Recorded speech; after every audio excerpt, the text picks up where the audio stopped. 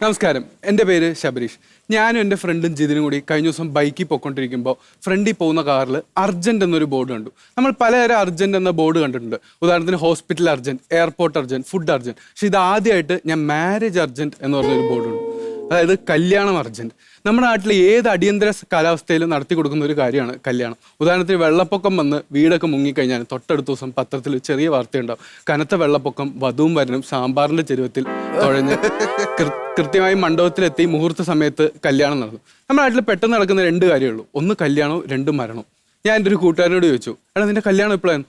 ഒന്നും പറയേണ്ട അളിയാ, പെട്ടെന്നായിരുന്നു. അല്ല അപ്പം നിന്റെ അമ്മൂമ്മ ഭയങ്കര ഹാപ്പി ആയി കാണുമല്ലോ, അമ്മൂമ്മ കുറേ നാളായി നിന്റെ കല്യാണത്തിന് വേണ്ടി കാത്തിരിക്കും. ഒന്നും പറയേണ്ട അളിയാ, പെട്ടെന്നായിരുന്നു, അമ്മൂമ്മ കഴിഞ്ഞ ആഴ്ച മരിച്ചുപോയി. ഞാൻ ഇങ്ങനെ ഒറ്റപ്പെട്ട യാത്ര നടത്തിക്കൊണ്ടിരിക്കുകയായിരുന്നു. അപ്പോൾ എൻ്റെ ഫ്രണ്ടിൽ പോകുന്ന ഈ കാർ അർജൻറ്റ് എന്ന ബോർഡ് വെച്ച് പോകുമ്പോൾ നിങ്ങൾ കരുതും അത് സ്പീഡിൽ പോകുന്നു. ഒന്നുമില്ല, ഇത് പഴയൊരു അംബാസഡർ കാറാണ്. ഓടിക്കുന്നതാണെങ്കിൽ ചെറുക്കൻ്റെ മൂത്തമ്മാവൻ. ഈ സ്പീഡിൽ പോയി കഴിഞ്ഞാൽ കല്യാണത്തിന് എത്താൻ പറ്റില്ല, തൊട്ടടുത്ത ദിവസം റിസപ്ഷൻ എത്തിയാലായി. പക്ഷെ എന്നാലും മുഹൂർത്തത്തിൽ കല്യാണം നടക്കുമെന്ന പ്രതീക്ഷ ചെറുക്കനുണ്ട്. പക്ഷെ ആ കല്യാണത്തിൽ ചെറുക്കൻ അവനായിരിക്കുമോ എന്ന ഡൗട്ട് എനിക്കുണ്ട്. നമ്മൾ പലപ്പോഴും ഈ അർജൻറ്റായിട്ടുള്ള കല്യാണം നടത്തുന്ന ചിലപ്പോൾ മാട്രിമോണിയൽ ആഡുകൾ കണ്ടു കാണും. ഉദാഹരണത്തിന് രാജേഷ് 39 വയസ്സ്, കേരളത്തിൽ നിന്നോ തമിഴ്നാട്ടിൽ നിന്നോ ആവാം. ആലോചനകൾ ക്ഷണിക്കുന്നു, കേരളത്തിൽ നിന്നോ തമിഴ്നാട്ടിൽ നിന്നോ ആവാം. ജോലിയുള്ളതോ ജോലി ഇല്ലാത്തതോ ആവും. കോവിഷീൽഡോ കോവാക്സിനോ ആവാം.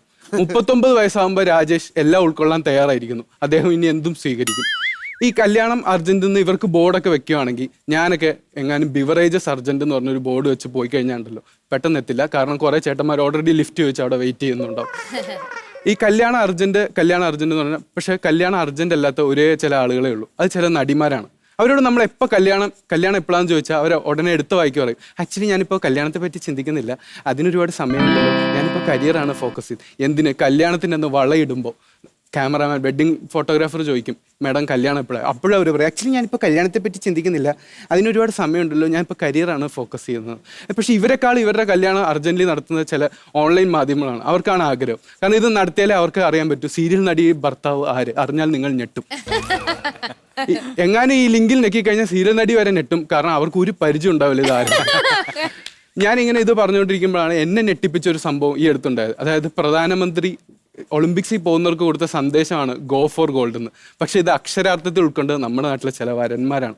അവർ കൃത്യ സ്വർണത്തിന് വേണ്ടി തന്നെ പോയി അത് കിട്ടി കൈപ്പറ്റി അവർ വീണ്ടും ചോദിക്കും. അപ്പോൾ ഈ പാവപ്പെട്ട പെൺകുട്ടി എങ്ങാനും ഡിവോഴ്സ് അർജൻറ്റ് എന്ന് പറഞ്ഞൊരു ബോർഡ് വെച്ച് പോയി കഴിഞ്ഞാൽ അത് കിട്ടില്ല. നമ്മുടെ നാട്ടിൽ മാരേജ് അർജൻറ്റായിട്ട് നടക്കും, പക്ഷേ ഡിവോഴ്സ് അർജൻറ്റായിട്ട് നടക്കില്ല.